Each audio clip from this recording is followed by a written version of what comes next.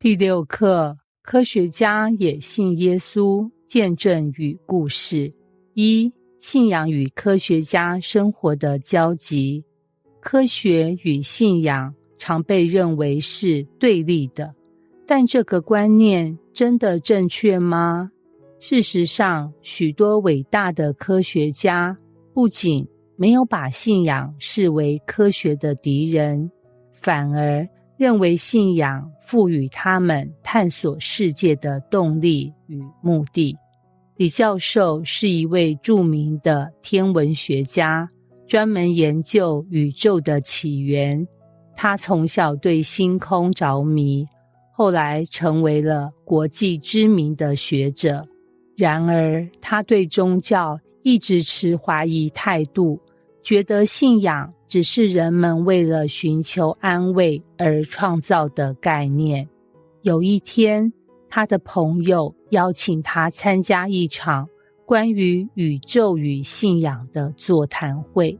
在那场座谈会上，他听到一位基督徒物理学家谈论宇宙的精密设计、宇宙常数的微妙平衡、地球与太阳的完美距离、DNA 的复杂结构等。这些证据让李教授开始思考，这一切真的只是巧合吗？回家后，他开始研读圣经，尤其是创世纪。他惊讶地发现，这本书并不像他过去以为的那样与科学矛盾，反而提供了一种不同的视角，帮助他理解宇宙存在的目的。最终，他承认了宇宙的秩序不可能只是随机演化的结果，而是一位智慧设计者的杰作。这样的转变并非孤立，历史上许多伟大的科学家都是虔诚的基督徒。2、杰出科学家的信仰见证。牛顿1643年到1727年，牛顿被誉为历史上最伟大的科学家之一。他发现了万有引力定律，奠定了经典力学的基础。然而，他不仅是科学家，还是一位虔诚的基督徒。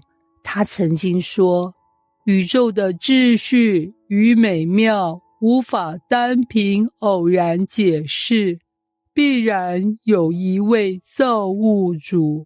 他在晚年花费大量时间研究圣经，并相信科学的发现并不会削弱信仰，而是让人更敬畏神的创造。巴斯德1822年到1895年。巴斯德是微生物学的奠基人，发现了细菌的存在，并开发了疫苗与巴斯德消毒法。然而，他同时也是一名虔诚的天主教徒。他曾说，我越深入研究科学，就越加相信上帝。他的研究不仅改善了人类的健康，也让他更加确信生命的奇迹并非偶然。爱因斯坦1879年到1955年，虽然爱因斯坦并不完全符合传统基督徒的定义，但他对宇宙的秩序与设计深感敬畏，并多次表达对神的信念。他曾说，宇宙最不可理解的事情，就是它竟然是可以被理解的。这句话反映了科学与信仰的交汇。如果宇宙纯粹是随机的，那么为何我们可以用数学与科学来解释它的规律？乔治·华盛顿·卡佛 1864年到1943年，卡佛是美国著名的农业科学家。